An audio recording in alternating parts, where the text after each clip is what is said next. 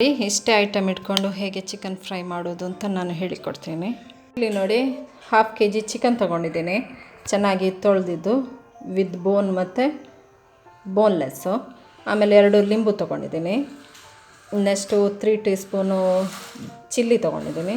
Next salt. ಇವಾಗ ಇದರಲ್ಲಿ ಹೇಗೆ ಚಿಕನ್ ಫ್ರೈ ಮಾಡೋದು, ದಿಢೀರಾಗಿ ಒಂದು 10 ಮಿನಿಟ್ಸಲ್ಲೇ ಪಟ್ ಚಿಕನ್ ಫ್ರೈ ರೆಡಿ ಆಗುತ್ತೆ. ಇದಕ್ಕೆ ಏನು ಮಾಡಿ ಅಂದರೆ, ಫಸ್ಟಿಗೆ ಈ ಚಿಲ್ಲಿ ಪೌಡ್ರನ್ನು ಇದಕ್ಕೆ ಹಾಕಿ, ನೆಕ್ಸ್ಟು ಸಾಲ್ಟು ಎಷ್ಟು ಬೇಕಷ್ಟು ರುಚಿಗೆ ತಕ್ಕಷ್ಟು, ನೆಕ್ಸ್ಟು ಲಿಂಬು ಸ್ಕ್ವೀಸ್ ಮಾಡಿ ಇದಕ್ಕೆ ಹಾಕಿದರೆ ಆಯಿತು. ನಾನು ತೋರಿಸ್ತೀನಿ ಈಗ. ನೋಡಿ, ಇದು 2 ಲಿಂಬು ಇದು ಸ್ಕ್ವೀಸ್ ಮಾಡಿದ್ದೀನಿ, ಅದನ್ನು ಇದಕ್ಕೆ ಹಾಕಿ ಈಗ.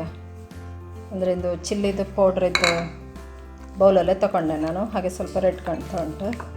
ಇನ್ನು ನೆಕ್ಸ್ಟ್ ಹೀಗೆ ನೀರಂತ ಆ್ಯಡ್ ಮಾಡಬೇಡಿ, ಸ್ವಲ್ಪ ಗಟ್ಟಿಯಾಗಿ ಹೀಗೆ ಮ್ಯಾರಿನೇಟ್ ಮಾಡಿ. ಟೈಮ್ ಇದ್ದರೆ ಒಂದು ಹಾಫ್ ಆನ್ ಅವರ್ ಇಟ್ಟರೆ ತುಂಬ ಟೇಸ್ಟಿ ಆಗ್ತದೆ. ಮತ್ತೆಲ್ಲಾದರೂ ಟೈಮ್ ಇಲ್ಲ, ಅರ್ಜೆಂಟಾಗಿ ಮಾಡಬೇಕಂದ್ರೆ ಈಗಲೇ ಡೈರೆಕ್ಟಾಗಿ ಎಣ್ಣೆಯಲ್ಲಿ ಡೀಪ್ ಫ್ರೈ ಬೇಕಿದ್ರೆ ಡೀಪ್ ಫ್ರೈ ಮಾಡ್ಬೋದು. ಶಾಲೋ ಫ್ರೈ ಆದರೆ ಒಳ್ಳೆಯದು, ಹೆಲ್ತಿಗೂ ಒಳ್ಳೆಯದು ಎಲ್ಲನೂ. ಶಾಲೋ ಫ್ರೈಯಲ್ಲೂ ತುಂಬ ಚೆನ್ನಾಗಿ ಬರುತ್ತೆ, ಒಂದು ಟೈಪ್ ತಂದೂರಿ ಥರ ಆಗುತ್ತೆ. ಟ್ರೈ ಮಾಡಿ ಈ ಮೆಥಡ್ ನೋಡಿ. ಅಂತೆ ಚಿಕನ್ ರೆಡಿ ಆಗಿದೆ ಈಗ ಫ್ರೈ ಮಾಡಲಿಕ್ಕೆ. ಈಗ ಇದನ್ನು ಒಂದೊಂದು ಆಯಿಲ್ ಹೀಟ್ ಆದಮೇಲೆ ಇದನ್ನು ಹಾಕಿದರೆ ಆಯಿತು. ಈಗ ನೋಡಿ, ಚಿಕನ್ ಫ್ರೈ ಮಾಡಲಿಕ್ಕೆ ನಾನು ಎಣ್ಣೆ ಹಾಕಿದ್ದೀನಿ. ಇಲ್ಲಿ ಸ್ವಲ್ಪ ಎಣ್ಣೆ ಸಾಕು ಶಾಲೋ ಫ್ರೈ ಮಾಡಲಿಕ್ಕೆ. ಯಾವ ಎಣ್ಣೆ ಬೇಕಾದರೂ ಯೂಸ್ ಮಾಡ್ಬೋದು. ನಾನಿಲ್ಲಿ ಕೊಕೊನಟ್ ಆಯಿಲ್ ಯೂಸ್ ಮಾಡಿದ್ದೀನಿ. ಇನ್ನು ಒಂದೊಂದೇ ಚಿಕನ್ ಹಾಕಿದರೆ ಆಯಿತು.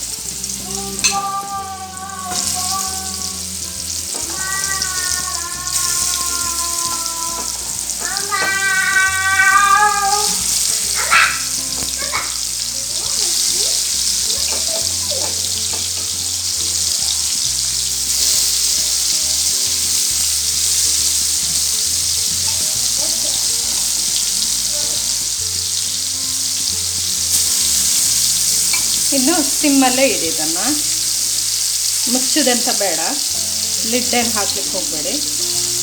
ಹೀಗೆ ಸಿಮ್ಮಲ್ಲೇ ಬೇಯುತ್ತೆ. ಒಂದು 10 ಮಿನಿಟ್ಸ್ ಇದ್ದರೆ ಸಾಕು. ಇವಾಗ ನೋಡಿ, ಬೇಯ್ತಾ ಬಂದಿದೆ. ಸ್ವಲ್ಪ ಎಗ್ಗನ್ನು ಈಗ ಒಂದು ಸ್ವಲ್ಪ ಹೈಯಲ್ಲಿಡಿ ಗ್ಯಾಸನ್ನು, ಒಂದು ಲಾಸ್ಟ್ ಮೂಮೆಂಟ್ ಆಗುವಾಗ. ಆಮೇಲೆ ಸ್ವಲ್ಪ ಹೀಗೆ ಪ್ರೆಸ್ ಮಾಡಿ, ಆವಾಗ ಅದರೊಳಗಿದ್ದೆಲ್ಲ ಸರಿಯಾಗಿ ಬೇಯುತ್ತೆ. ಸ್ವಲ್ಪ ಬೋನ್ ಇದ್ದದ್ದೆಲ್ಲ ಲೇಟ್ ಅಲ್ವಾ ಬೇಯೋದು, ಅದಕ್ಕೆ ಸ್ವಲ್ಪ ಹೀಗೆ ಮಾಡಿ.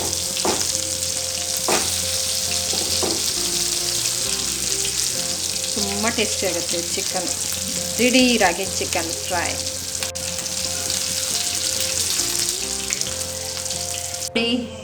ಚಿಕನ್ ಫ್ರೈ ರೆಡಿಯಾಗಿದೆ. ಇದು ಒಂದು ಟೈಪು ತಂದೂರಿ ಥರ ಆಗ್ತದೆ ಟೇಸ್ಟು.